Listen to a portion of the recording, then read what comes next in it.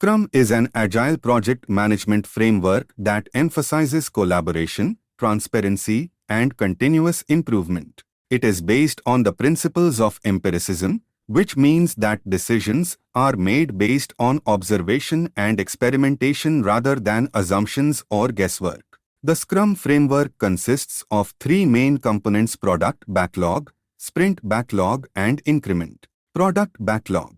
This is a prioritized list of features, requirements, and enhancements that the Scrum team plans to deliver in the product. The product owner is responsible for maintaining the product backlog and ensuring that it reflects the current business needs and priorities. Sprint Backlog. This is a list of items from the product backlog that the development team plans to complete during the upcoming sprint. The development team is responsible for creating and updating the sprint backlog throughout the sprint. Increment. This is the sum of all the completed product backlog items at the end of each sprint. The increment must be in a releasable state and meet the definition of done, which is a set of criteria that the Scrum team agrees upon to define when a product backlog item is considered done.